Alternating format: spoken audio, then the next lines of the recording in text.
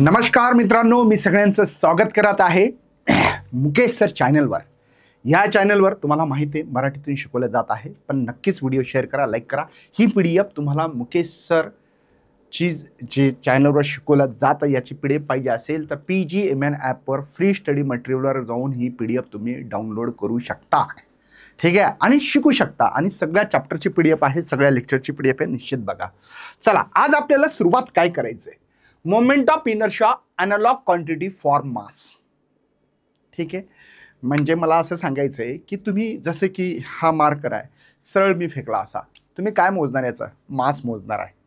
पण जर हाच मार्कर एका ॲक्सिस भोवती रोटेशन्स करते त्यावेळेस त्याचा मोमेंट ऑफ इनर्शिया मोजावं लागतं. कारण की मी तुम्हाला याच्या आधी पण सांगितलं होतं, जर माहिती नसेल तर मी काही अनलॉग क्वांटिटी हा शब्द आल्यामुळे काही अनलॉग क्वांटिटी लिहून देतोय. चला, सर्वात आधी माझ्याकडे लिनियर आहेत, म्हणजे लिनियर म्हणजे जे स्ट्रेट लाईनमध्ये फेकल्यानंतर कसे मूव्ह होतात, लिनियर आहे. आणि दुसरी जी आपल्याकडे ती अँग्युलर आहे. मी काही फॉर्म्युले तयार करून दाखवणार आहे. जसे की सर्वात आधी आपण लिहितोय डिस्प्लेसमेंट. आता हे डिस्प्लेसमेंटचा सिम्बॉल इथं यस, काही लोक यक्सने पण लिहू शकतात. ठीक आहे, अँग्युलरमध्ये फक्त थिटाने अँग्युलर डिस्प्लेसमेंट वाचायचं कसं? Linear displacement yes, angular displacement theta. तसंच नंबर 2ला आपण घेऊ आता वेलॉसिटी.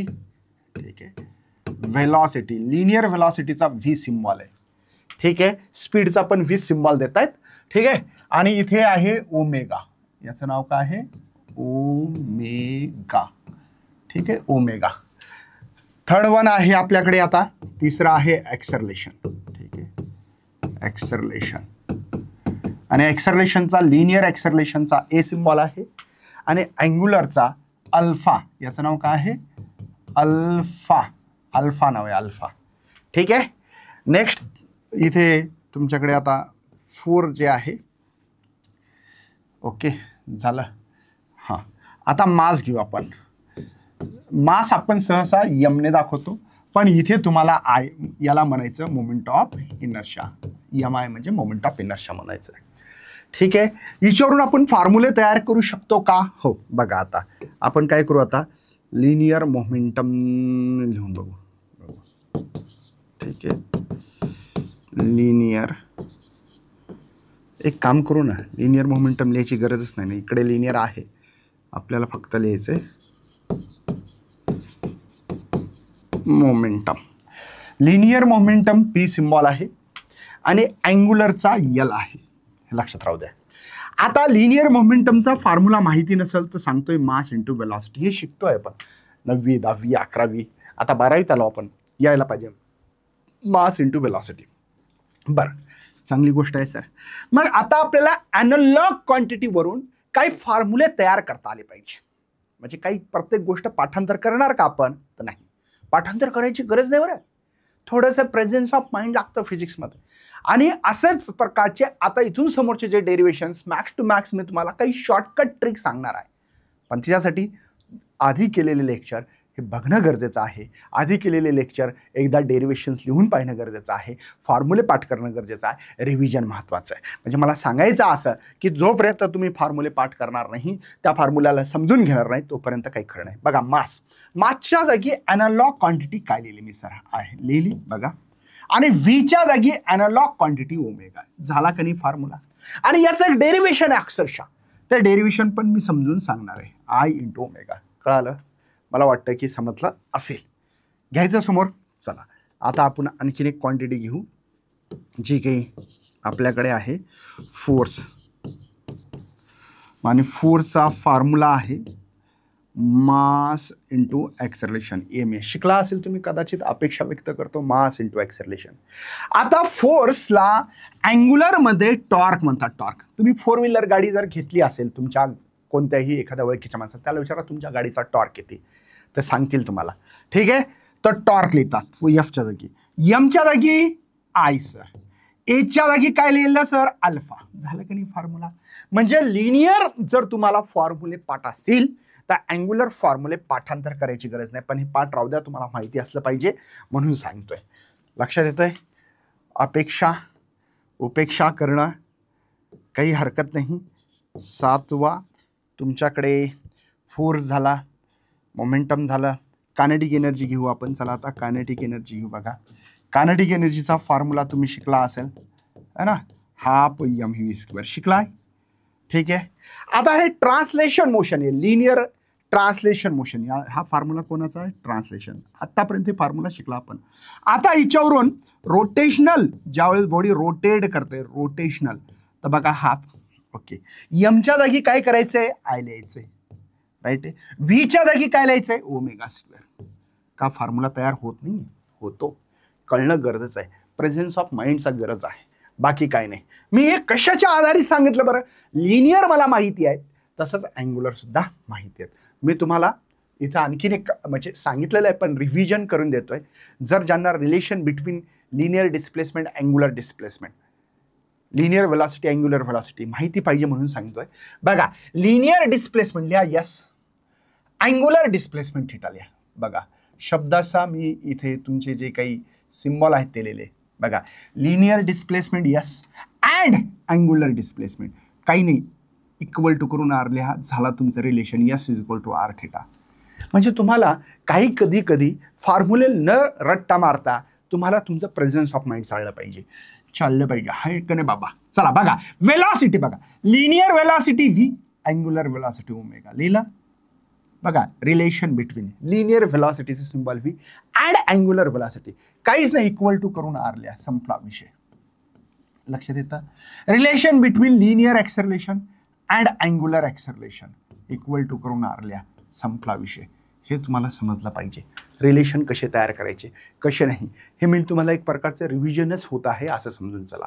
याची तुम्हाला कदाचित आयडिया असेलच. चला यांचे फॉर्म्युले पण लिहून देतोय मी, जेणेकरून तुम्हाला फायदा होईल. याचा फॉर्म्युला आहे ds/dt. काही लोक dx/dt लिहू शकतात. वेलॉसिटी चेंज करणे म्हणजेच acceleration, rate of change of. Right आहे. हे फॉर्म्युले लिहून देतो जेणेकरून की तुम्हाला कामात पडावे. आता याचा फॉर्म्युला इथे मला या अल्फा हे काढावा लागेल. याचे पण फॉर्म्युले लिहून देतोय मी. ठीक आहे. याचा फॉर्म्युला आहे dθ/dt. राईट आहे. Rate of change of angular displacement. इथं rate of change of angular velocity. म्हणजे याच्यात खूप मोठे फॉर्म्युले आहेत, कमी समजू नका. बघा 1 2 हे 2 4 5 6 7 8 9 10 11 12 13 फॉर्म्युले या नुसतं फक्त आणि फक्त तुमच्या पेजवर लिहून दिलेलं आहे. स्क्रीनशॉट काढायचे असेल तर काढू शकता भावा, जेणेकरून की तुम्हाला खूप कामात पडेल. हे फॉर्म्युले आहेत, साधे फॉर्म्युले. आता मोमेंट ऑफ इनर्शियाचा फॉर्म्युला पण मला माहिती आहे, लिहून द्यायचं लिहून देऊ शकतो, पण मला वाटते I × r². हे आपण फॉर्म्युला मी शिकवणार आहे, शिकवला नाही आणखी. चला तर आपल्याला शिकायचं काय सर? आपला उद्देश काय? आपल्याला सांगायचं आहे मोमेंट ऑफ इनर्शिया ही मासची अॅनालॉग क्वांटिटी आहे. रोटेशन करत असेल तर मास म्हणायचं का? नाही, मोमेंट ऑफ इनर्शिया म्हणायचं. आणि जर एखादा लिनियर म्हणजे हे मार्कर आहे माझ्या हातात, तुम्ही मास मोजता याचं, पण तसंच त्याला मास न मोजता त्याचा मोमेंट ऑफ इनर्शिया हा अॅनालॉग क्वांटिटी आहे मासची. चला तुम्हाला काय दिसते बरं? इथे दरवाजा, तुमच्या घरात दरवाजा आहे, इथे हिंजेस असतात. हिंजेस माहिती आहे? हिंजेस. मला एक सांगा, तुमच्या घराला जेव्हा ओपन करतात त्या हँडलूप जो असते म्हणजे हाताने जिथं तुम्ही पकडताना असं ओपन करता, हे कुठे आहे बरं? बघा एकदम लास्टला. इथे का नाही बरं? काय कारण असेल मला सांगा. तुमच्या घरामध्ये जे दरवाजा आहे त्या दरवाजेचे हिंजेस आहेत, म्हणजे ती पार्ट फिक्स केलेला आहे आणि एक पार्ट हँडलूप लावलेला असं हाताला धरायचा आपण जे काय हे है ना, तिथे आपण धरून त्याला असं ओपन करतो किंवा लावतो हा दरवाजा. हे दरवाजा लावत असताचा जो काही पार्ट्स आहे हा नेहमी या हिंजेस पासून दूर का असेल याचा कधी विचार केला का? आणि तिथं रोटेशनच होते. बघा रोटेशन, हे जे काही हिंजेस आहेत तिथं बघा असा रॉड असतो, असा ॲक्सिस असतो, त्या ॲक्सिसच्या भोवती आपण रोटेट करत असतो. बरं चला बघू, तुम्हाला ही माहिती असावं म्हणून सांगतोय. If you open the door we give the certain angular displacement. जेव्हा तुम्ही दरवाजा उघडता तर काहीतरी डिस्प्लेसमेंट होतं, पण कोणतं? Angular displacement. लक्षात घ्या. The efforts needed for the depend not only upon the mass of door but also depend the perpendicular distance from the axis of rotation. मला काय सांगायचंय? दरवाजा आहे, खूप जाड दरवाजा आहे, खूप जाड दरवाजा आहे. तो दरवाजा छोटा मुलगा सुद्धा ओपन करू शकतो जर फिजिक्स लावला असेल तर. काय गोष्ट करताय सर? हा, छोटा मुलगा मला सांगा, एवढा मोठा दरवाजा इझिली मूव्ह करू शकतो. कशाच्या आधारित करत असेल? एवढा मोठं मास, एवढा मोठा दरवाजा, त्याचं वजन पाहत 10 किलो, त्या बाळाचं 10-12 किलो, आणि दरवाजाचं पाहत 50 किलो 60 किलो वजन आहे. तो छोटा मुलगा त्याला लोटायला लागला. अरे कसं काय भाऊ? फिजिक्स आहे रे बाबा, फिजिक्स. बिना फिजिक्सचं काही होत नाही. आणि म्हणून मी काय म्हणलं की हा फक्त ज्यावेळेस तुम्ही दरवाजा रोटेट करता, अँग्युलर डिस्प्लेसमेंट करता, त्याच्या मासवर डिपेंड तर आहेच, मी असं म्हणत नाही म्हणून, पण डिपेंड आहे परपेंडिक्युलर डिस्टन्स. हे अंतर किती आहे? हे दरवाजाचं अंतर किती आहे? या दरवाजाचं अंतर किती आहे? म्हणजे जितक्या जास्त दुरून तुम्ही लोटसाल, तुम्ही काम करा, जिथं हिंजेस आहे तिथं दरवाजा लावून बघा बरं. मोठ्या माणसाला दरवाजा लागणार नाही, छोटा बाळ तर सोडून द्या. हा, तिथं जर तुम्ही ताकद लावली, जिथं हिंजेस आहेत तिच्या जवळ जर लावली, तर तुम्ही बघा इथं जर दरवाजाला इथं जर ढकललं इथून, तर दरवाजा क्लोज किंवा ओपन होणार नाही. लक्षात घ्या. म्हणून ते डिपेंड कशावर आहे? Depend not only upon the mass of the door, but also depend कशावर डिपेंड आहे?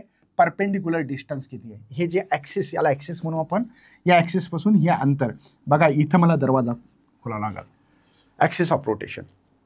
Okay, we are apply force. The quantity of unlock to mass not only depend upon the mass but also depend कशावर आहे? distance wise distribution of mass about the axis of rotation. म्हणजे याचं मास किती distribute झालं है ना. बघा, काही मास इथे, काही इथे, काही इथे, काही अदर वेळेचं इथे वेगवेगळ्या ठिकाणी मास आहे. लक्षात आलं का? म्हणजे हा दरवाजा होता, हे ॲक्सिस आहे, याचे काही मास इथे असेल, काही इथे मास असतील, काही इथे. दरवाजा आहे ना, हा दरवाजा है ना, काही मास इथे, काही इथे, काही इथे, काही इथे, काही इथे, काही इथे. तर हा दरवाजा आपला, आणि ॲक्सिसला रोटेट करतोय. तर काही पार्टिकल मागे पुढे आहे. डिस्ट्रीब्युशन कसं आहे मास अबाउट ॲक्सिस ऑफ रोटेशन याच्यावर डिपेंड आहे. बरं, मग याची काही डेफिनेशन तयार करायची. मोमेंट ऑफ इनर्शिया आहे ना, लक्षात आलं. म्हणजे मोमेंट ऑफ इनर्शिया हा डिपेंड आहे. आय मोमेंट ऑफ इनर्शियाचा सिम्बॉल आहे. हा मासवर डिपेंड आहेच, बट एकट्यावर डिपेंड आहे का? नाही, परपेंडिक्युलर डिस्टन्स, आणि परपेंडिक्युलर डिस्टन्सचा स्क्वेअर घेणार आहे. यालाच आपल्याला मोमेंट ऑफ इनर्शिया म्हणायचं आहे. तर मोमेंट ऑफ इनर्शियाचा फॉर्म्युला कसा येईल, डेफिनेशन कशी येईल, चला बघू. क्वेश्चन फार फेमस आहे, 2 मार्कासाठी क्वेश्चन्स येतोय. आणि या क्वेश्चन्स कसा विचारला जातो? Define the moment of inertia, state it's SI unit and dimensions. त्याचं SI युनिट आणि डायमेन्शन सांगायचे. ठीक आहे, सोपा पार्ट्स आहे. सर्वात आधी मी कशीही एक बॉडी काढू शकतो अशी, आणि याला ॲक्सिस ऑफ रोटेशन आहे. हा नीट लक्ष द्या, समजून घ्या मित्रांनो. हे ॲक्सिस ऑफ रोटेशन म्हणजे हे असा आहे, असा फिरवतो. माझ्या हातावर असा आठवलेला आहे आणि तो असा रोटेट होतो. ठीक आहे, असा रोटेट होतोय. ठीक आहे, म्हणजे या बोर्डावर मी जर ॲक्सिस असा जर काढली असेल बॉडी, तर ॲक्सिस मला असा काढणे असा. ठीक आहे, मग याच्यात छोटंसं एक मास होतं सर, M1. हे छोटं पार्टिकल घेतला, डिस्टन्स R1 आहे. इथे पण घेतलं M2 है ना, डिस्टन्स R2 आहे. इथे घेतला, इथे MN है ना, हा RN डिस्टन्स आहे. लक्षात आलं. आणि बॉडी रोटेट होते असं समजून घ्या. आता या ठिकाणी डेफिनेशन्स काय लिहिली नीट लक्षात घ्या. बघा, moment of inertia of rigid body. ही कोणती बॉडी? रिजिड म्हणजे सक्त आहे, म्हणजे भरलेली, पोकळ गिकळ काय नाही, हलो नाही आहे. ॲक्सिस ऑफ रोटेशन, हा ॲक्सिस ऑफ रोटेशन आहे. हा इज डिफाईन ॲज सम आहे. कोणाची सम आहे? Product of mass of each particle. याच्यात खूप मोठे छोटे छोटे पार्टिकल्स आहेत, तुम्हाला माहिती आहे. याच्यात किती लाखो करोड असे असू शकतात इच पार्टिकलचं. आता मी इतकं जर पार्टिकलचं डिस्टन्स मास दाखवलं तर ते डायग्राम खूप घाण दिसेल, म्हणून मी काढली नाही. ठीक आहे ना. Mass of each particle and square आहे perpendicular distance from the axis of rotations.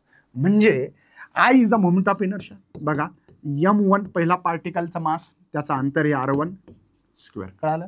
सम आहे, सम केली सम इथे. दुसरा पार्टिकल कोणता? M2 घेतला सर, M2 डिस्टन्स आहे R2 स्क्वेअर. असे किती पार्टिकल्स आहेत बरं? nth नंबर्स ऑफ पार्टिकल असू शकतात, माहिती नाही. पुन्हा definition, moment of inertia of rigid body. आयचा अर्थ काय आहे हे वाचायचं.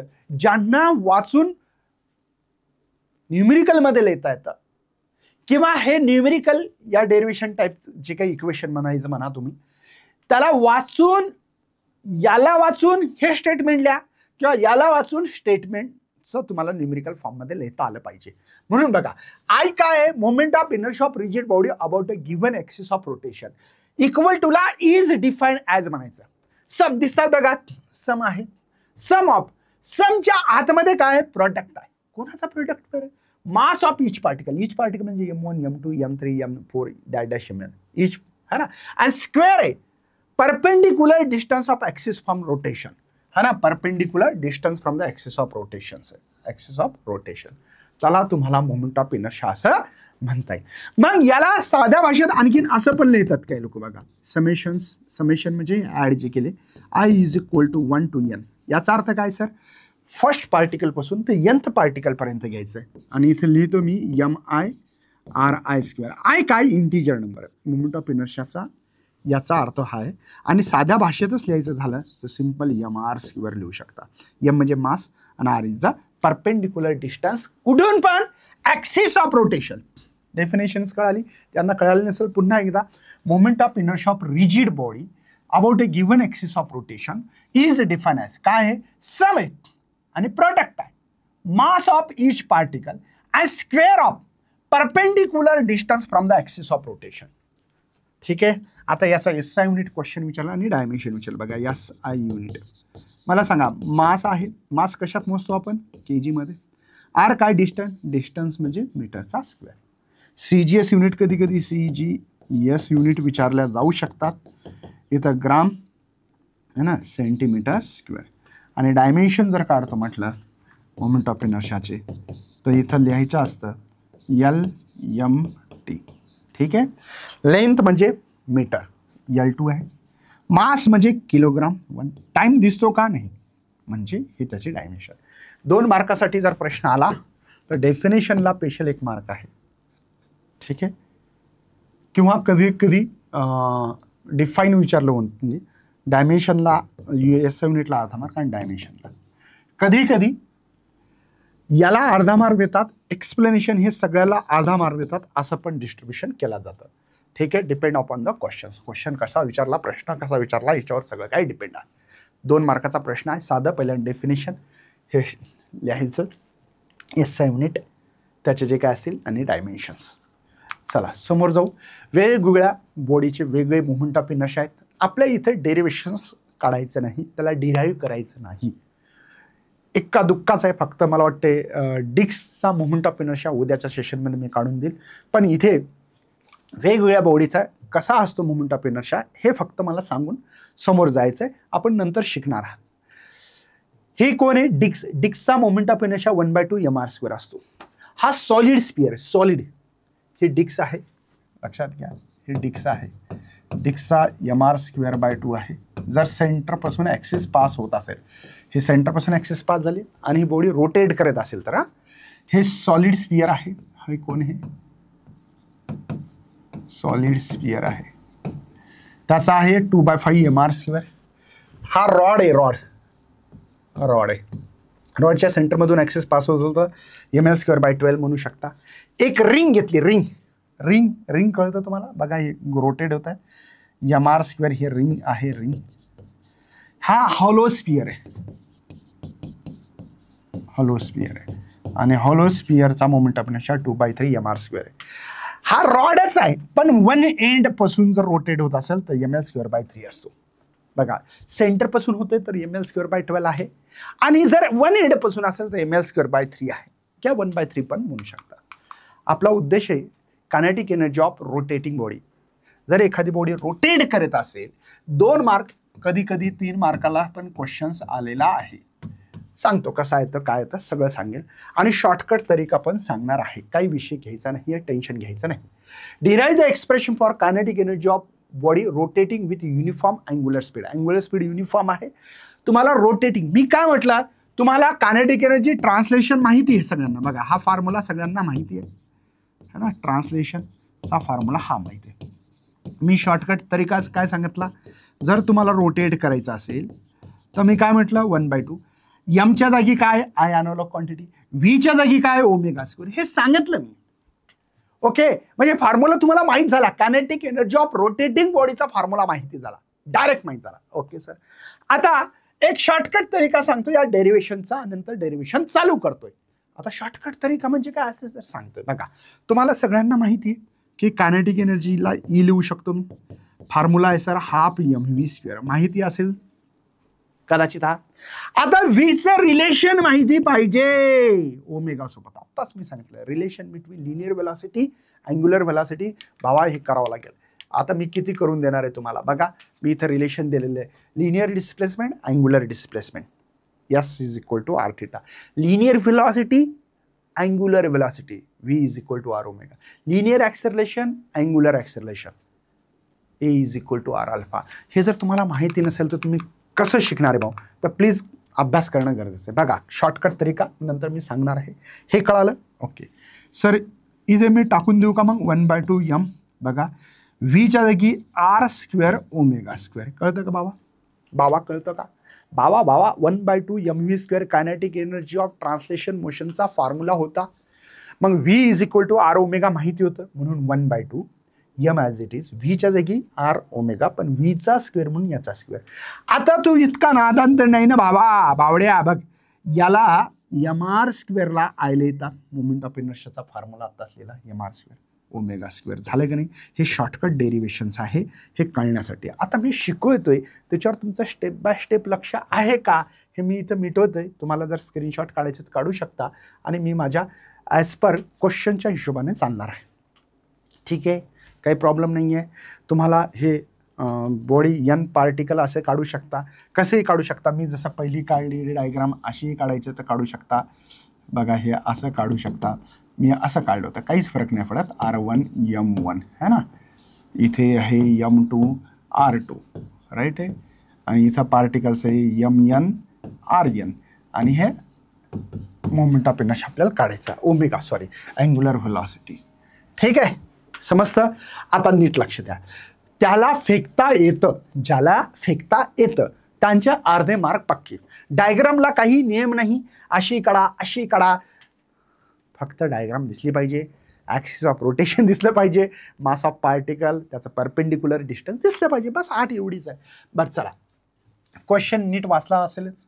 आता नीट लक्ष आहे. Let us consider the object of consist of the nth numbers of particles. छोटे nth numbers of particle of masses. प्रत्येकाचं मास काय वाचा बरं. M1 M2 dash Mn respectively and perpendicular distance axis of rotation and mass of particle is R1 R2 Rn. Their perpendicular distance from the axis of rotation. मी आधी लिहिलं फक्त काही problem नाही. दुसरी गोष्ट याच्यात कोणता ग्रॅमॅटिकल पार्ट चेक केला जात नाही.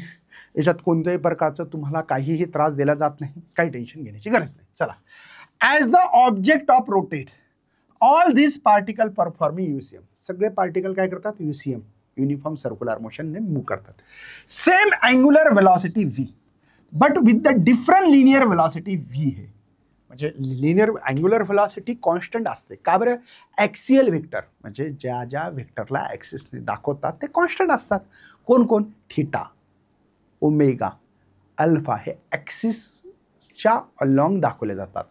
Theta angular displacement omega angular velocity alpha angular acceleration angular momentum L हे सगळे ॲक्सियल व्हेक्टर आहेत. लक्षात राहू द्या.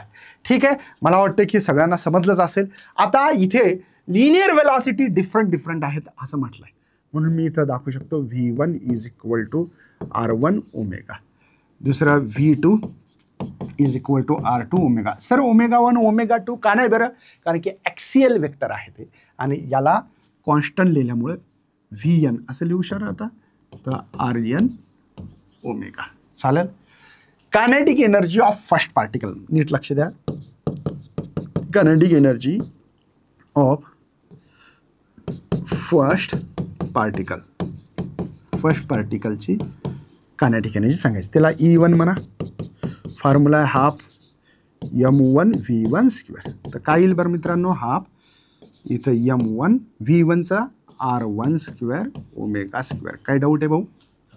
First kinetic energy of first पार्टिकलची कायनेटिक एनर्जी सांगायची M1 या M1ची कायनेटिक एनर्जी इथे. नेक्स्ट सर काय करसाल बरं आता. Kinetic energy of second particle. दुसरा पार्टिकल घेतला त्याची कायनेटिक एनर्जी सेम असते बरं. E2 कसं लिहिणार आता तर माहीत झालं M2 R2 square omega square. ही ना पहिला पार्टिकल दुसऱ्या पार्टिकलची ही कळतं. नेक्स्ट घेतली sir dash kinetic energy of nth particle. आता nth नंबरचा पार्टिकल जो आहे त्याची कायनेटिक एनर्जी, त्याला En म्हणायचं, half mn rn square omega square. लक्ष देतं भावा, समजलं सर्वांना, काही टेन्शन नसावं. आता total kinetic energy of body, पूर्ण बॉडीची पहिल्यांदा काय केलं बरं मी, या पार्टिकलची कायनेटिक एनर्जी, याची एनर्जी, याची एनर्जी, अशी सगळ्यांची वन बाय वन लिहिता. आता पूर्ण तर लिहिणं शक्यच नाही ना सर. 100 पार्टिकलची कायनेटिक एनर्जी कशाला काढायची, हे जनरल इक्वेशन्स आहे. आणि म्हणून इथे मी लिहू शकतो total kinetic energy of body, पूर्ण बॉडीची काढायची. मग काय करसाल बरं, ई म्हणू त्याला, पहिला पार्टिकल अधिक दुसरा पूर्ण पार्टिकलची बेरीज होईल इथे En.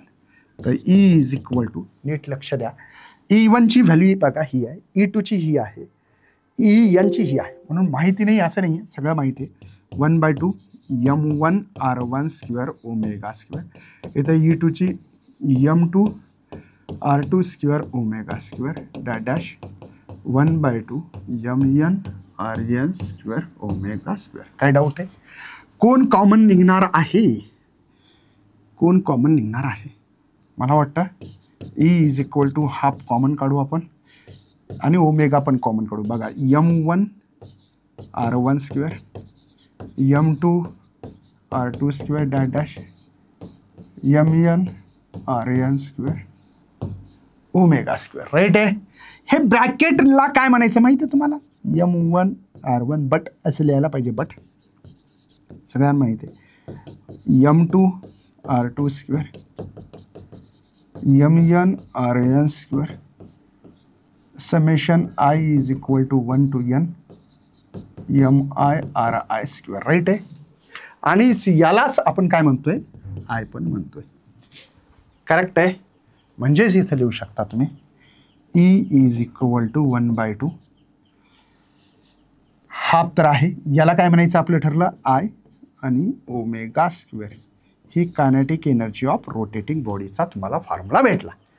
मला वाटते सगळ्यांना कदाचित कळाला असेल. कायनेटिक एनर्जी ऑफ रोटेटिंग बॉडीचा फॉर्म्युला आहे 1/2 आय ओमेगा स्क्वेअर. काही डाऊट नसावा याच्यामध्ये, अत्यंत सोपं.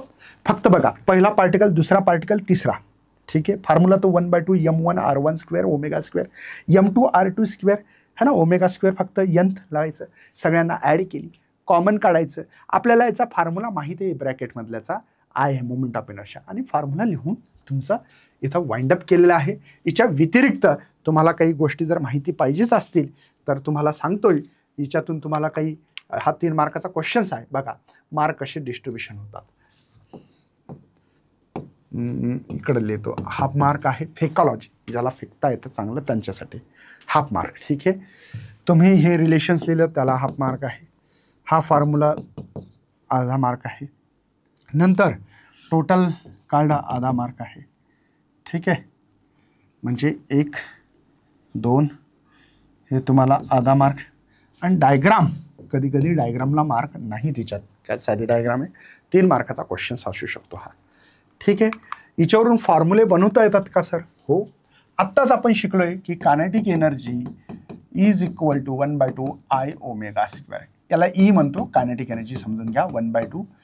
इथे तुम्हाला आय, मला वाटतं की ओमेगाचे फॉर्म्युले जे माहीत आहेत ते, आयचे आणखीन पण फॉर्म्युले आहेत, mk स्क्वेअर.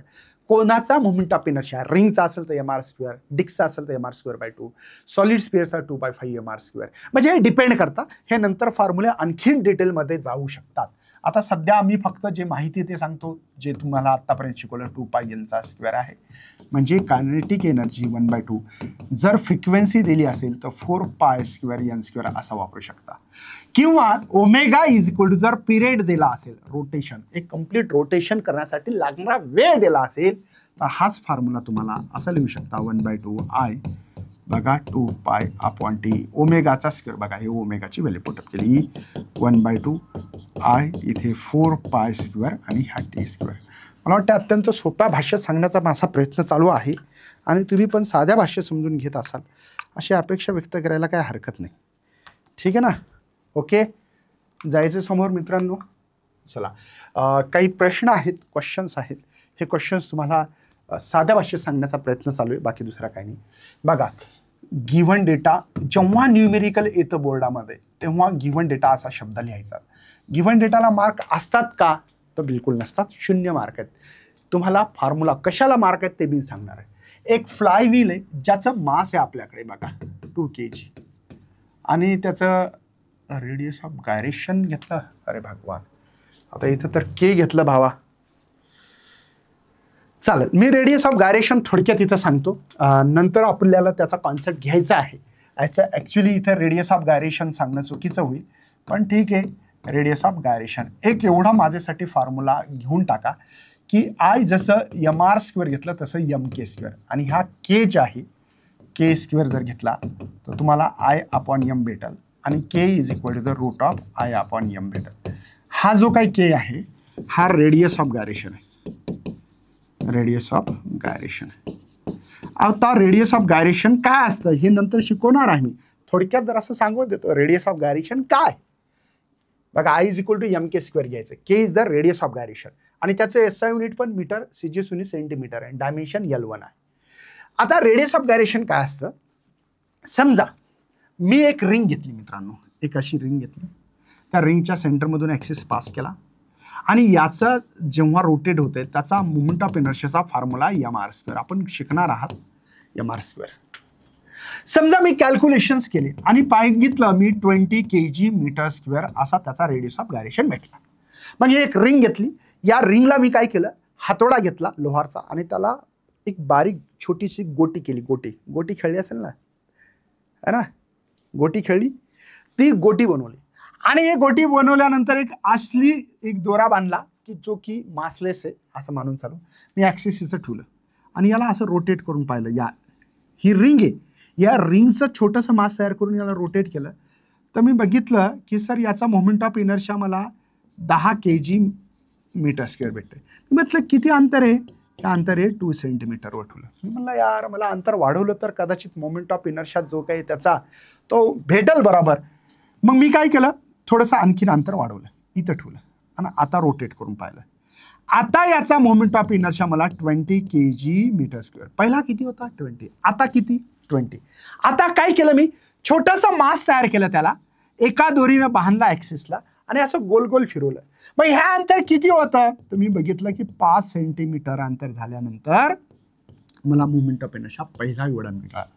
हे जे अंतर आहे ना, या अंतराला रेडियस ऑफ गायरेशन म्हटलंय. ठीक आहे, चला, तर के ची व्हॅल्यू दिलेली आहे 0.2 मीटर, म्हणजेच याला 2 × 10⁻⁻1 लिहू शकता. Calculate kinetic energy of rotation काढायचं आहे, आणि फ्रिक्वेन्सी दिलेली आहे 5 रिव्हॉल्युशन पर सेकंड. 5 रिव्हॉल्युशन पर सेकंडचा अर्थ असा असतो की हर्ट्झ, एका सेकंदात 5 रिव्हॉल्युशन्स केले, हा त्याचा अर्थ आहे. बरं, मग कायनेटिक एनर्जीचा मूळचा फॉर्म्युला काय आहे बरं आपल्याकडे, हाफ I⍵². आता आयचा जो फॉर्म्युला मी तुम्हाला आत्ताच सांगितलं की mk² बनवू शकतो, आत्ताच शिकवलं, आणि याचा 2πn असा बनेल सर, राईट आहे. ज्यांना माहिती नाही, आयचा फॉर्म्युला रेडियस ऑफ गायरेशनचा mk² असतो, आणि ओमेगाचा फॉर्म्युला 2πn ठेवलेला आहे मी इथे. ठीक आहे ना. चला, मग kinetic energy of rotation 1/2 mk², नीट लक्षात द्या, 4π² n², राईट आहे. तो ये 2 झालं, म्हणजे E लक्षात घ्या मास किती आहे, 2 आहे. केचा स्क्वेअर, याचा डायरेक्ट केचा स्क्वेअर करू मी, 4 × 10⁻², हा 2 बाकी आहे. π² 10 घेऊ शकता तुम्ही, 10, आणि यांचा स्क्वेअर फ्रिक्वेन्सी आहे 5, 25. लक्षात आलं. ज्यांना कळालं नसेल, मासची व्हॅल्यू बेटा 2, ठीक आहे. केचा 2चा स्क्वेअर 4 10⁻² कसं आलं कळालं, हे 2 × 10⁻1 होतं तर स्क्वेअर केला, हा 2 इथला आहे. π² 10 व्हॅल्यू घेऊ शकता, आणि याचा 25 घेऊ शकता. चला, काय हरकत नाही सर. चला, आता नीट लक्ष द्या, तर थोडंसं कॅल्क्युलेशन तुमचे चांगले असतील तर खूप जबरदस्त रिझल्ट भेटेल. हा 4 आणि हे 25 यांना मिळून होतात मित्रांनो 100, आणि हे 10⁻² निघून गेले तर 40 उत्तर यायला पाहिजे. तर 4 × असं फक्त यायला पाहिजे. किती लोकांना कळालं माहिती नाही आहे. हे बघा, बे दोन्ही 4 आणि हा 10 घेतला, हा 4 × 2500 आणि हा 10⁻² चालला जाईल, कारण की हा 10⁻² बनेल आणि हा 10⁻², याचा आन्सर 1 भेटतं. फक्त लिहायची गरज आहे का मल्टिप्लिकेशनमध्ये? 1 नाही. तर एनर्जी आपल्याकडे 40 जूल एवढी, कायनेटिक एनर्जी ऑफ रोटेशनची 40 जूल एवढी भेटणार आहे.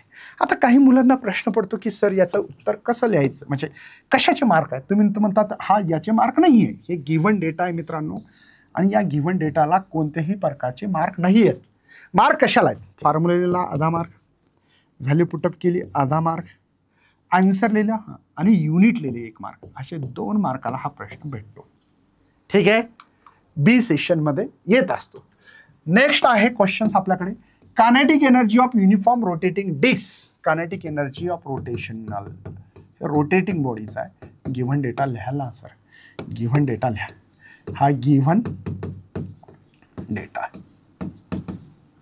ठीक आहे, हा आहे कायनेटिक एनर्जी ऑफ रोटेशन, असं ई पण लिहिलं चालेल. 31.56 जूल आहे. Calculate the moment of inertia, I काढायचं आहे आणि फ्रिक्वेन्सी दिलेली आहे 120 RPM. चा अर्थ एका मिनिटात 120 रोटेशन्स करते. मला मिनिटात पाहिजे का? नाही, सेकंदात पाहिजे, आणि म्हणून n = 120 RPS करायचं डिवाइड बाय 60 RPS, म्हणजे एका सेकंदात किती रोटेशन. सगळ्यांना कळालं आहे की सर 2 RPS लिहिणं या हर्ट्ज लिहिणं एकच. मला आय काढायचे सर. चला, कायनेटिक एनर्जी ऑफ रोटेशनचा मला फॉर्म्युला माहिती आहे. हो सर, 1/2 I ω². मला आय काढायचे, म्हणून मी इथं लिहू शकतो की 2E राईट आहे divide by ω² is equal to I. काय डाऊट आहे बाबा? कळालं का? हे 2 इधर आणि हा ओमेगा डिवायडेड जाईल, म्हणून I is equal to 2E ची व्हॅल्यू आहे 31.56 ω² म्हणजे 4π² n². तो आय हा झाला 31.56, हा 4 पायची व्हॅल्यू आपण शिकतोय, हमेशा लक्षातच राहू द्या. ॲक्च्युली 9.86 लिहितात, पण अप्रॉक्सिमेटली 10 लिहू शकता तुम्ही. जर दिली असेल तर खूप छान, नाही दिली तर हे लिहिलं चालेल. n फ्रिक्वेन्सी 2चा स्क्वेअर 4 होईल सर. तर इथं काय होणार आहे सर? आता इथं होणार आहे सर 2 म्हणजे आय इज इक्वल टू, असं लिहावं लागेल आता आपल्याला. नीट लक्ष द्या मी काय करतो ते. 3.156 कळालं का? आणि 8 हे कळालं मित्रांनो. हे 10 जे आहे त्याच्यामुळं पॉईंट शिफ्ट झाला इथे. तर आय हा 0 पॉईंट राईट आहे, ॲप्रॉक्सिमेटली एवढं लिहू शकतो. कशामुळं बरं? मी याला काय म्हटलं माहिती आहे का? याचा पॉईंट 0 पॉईंट झाला, मग 31 वाटायले, 32 ॲप्रॉक्सिमेटली घ्या, 832 आणि याला kg/m² असं लिहू शकता. इतकं सोपं एक्झाम्पल आहेत याचे. नेक्स्ट आपल्याला significant of moment of inertia बघायचं. सिग्निफिकंट काय आहेत? पहिला सिग्निफिकंट बघा, individual masses, distribution of mass, this masses about the given axis of rotation. हां, म्हणजे सगळ्याच इंडिव्हिज्युअल मासेस करावं लागेल सिंगल. जसे की मी एक बॉडी घेतली, हा ॲक्सिस ऑफ रोटेशन, इथं छोटे individual. Distribution of this masses about the given axis of rotation. या गिवन ॲक्सिस आहे तिच्या भोवती रोटेट करतात, असे करावं लागेल. For the different axis it will again depend upon the mass of distribution about the axis आणि will be different this no symmetry. मग सिमेट्री राहणार नाही, पण इंडिव्हिज्युअल मासेस आणि ॲक्सिस ऑफ रोटेशन पासून किती अंतरावर हे पिन पाहावं लागेल आपल्याला. आपल्याला या ठिकाणी मोमेंट ऑफ इनर्शिया काढायचा भावा रिंगसाठी. कशासाठी काढायचा? रिंगसाठी. पण इथं डेरिव्हेशन करायचं नाही आपल्याला. हिच्यानंतर एक डिस्क आहे, त्याचं आपल्याला डेरिव्हेशन्स करायचं. मग याचं करायचं काय? तर एक रिंग घेतला असा, या रिंगच्या सेंटरपासून ॲक्सिस पास केली आपण, त्यावेळेस त्याचा moment of inertia direct IC लिहायचं. I is the moment of inertia, C is the centre of mass पासून पास झाला याचा, तर तो आहे mr². याचा रेडियस जर r असेल, मास m असेल, तर त्याचा मोमेंट ऑफ इनर्शिया mr². इथं कोणत्याही प्रकारचं कॅल्क्युलेशन्स करायचं नाही. का बरं? नाही सांगितलं पुस्तकात करायचं, आपल्याला डेरिव्हेशन येणार पण नाही है ना. कन्सिडर द रिंग, त्याचा मास आपण m मानलं, रेडियस r आहे, rotated about the axis. Line perpendicular to pen passing through the centre. DM छोटं मास घेऊ शकता, पण आपल्याला याचं डेरिव्हेशन्स काय काढायचं नाही. याच्यानंतरचं जे काही डिक्सचं डेरिव्हेशन्स आहे ते 3 मार्कासाठी बोर्डात येऊ शकते. मला वाटतं हे डेरिव्हेशन चांगलं समजलं असेल. कायनेटिक एनर्जी ऑफ रोटेशन, त्याच्यानंतर आपल्याला मुवमेंट ऑफ इनर्शिया क्वेश्चन महत्त्वाचा, आणि रिंगचा मुवमेंट ऑफ इनर्शिया सेंटरपासून. आता हिच्यापासून पण काय करणार आहे माहिती आपण, की बाबा एक ॲक्सिस अशी पास केली तर दुसरा, ते पण आधी आपल्याला परपेंडिक्युलर आणि पॅरलल ॲक्सिस थेरम शिकावं लागेल. तर ती गोष्ट वेगळी आहे, त्याला सोडून देऊ. आपल्याला याच्याशी काही घेणं देणं नाही आहे सध्या, ठीक आहे ना. टँजंट परपेंडिक्युलर टू ॲक्सिस असेल तर काय करायचं हे शिकणार आहे. हा व्हिडिओ जर निश्चित आवडला असेल तर आपल्या मित्रांपर्यंत, तुमच्या कॉलेजमध्ये, तुमच्या नातेवाईकांमध्ये शेअर करा आणि जास्तीत जास्त भरघोसून या चॅनलला प्रेम करा. बाय बाय, धन्यवाद. भेटू अशा सेशनमध्ये. Bye bye.